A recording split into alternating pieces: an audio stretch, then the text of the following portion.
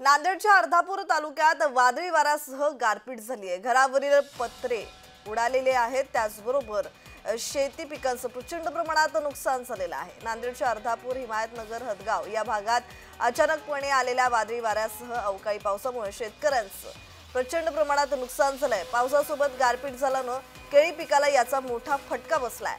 वादळी वाऱ्यामुळे अनेकांच्या घरावरची पत्रे उडाली गेली आहेत। आणि या संदर्भात अधिकची माहिती देत आहेत आमचे प्रतिनिधी प्रवीण खंदारे। प्रवीण, नांदेडच्या अर्धापूर तालुक्यात वादळी वाऱ्यासह गारपीट झालेली आहे, प्रचंड प्रमाणात शेतकऱ्यांचं नुकसान झालंय, या संदर्भातला अधिकचा तपशील। नक्कीच प्रज्ञा, हवामान खात्याने अंदाज वर्तवल्यानुसार नांदेडच्या अर्धापूर आणि हिमायतनगर, हदगाव या भागामध्ये अचानकपणे वादळी वाऱ्यासह गारपीट आणि अवकाळी पावसामुळे शेतकऱ्यांचे प्रचंड नुकसान झालं आहे। पावसासोबत गारपीट झाल्याने केळी पिकांना याचा मोठा फटका बसलेला आहे।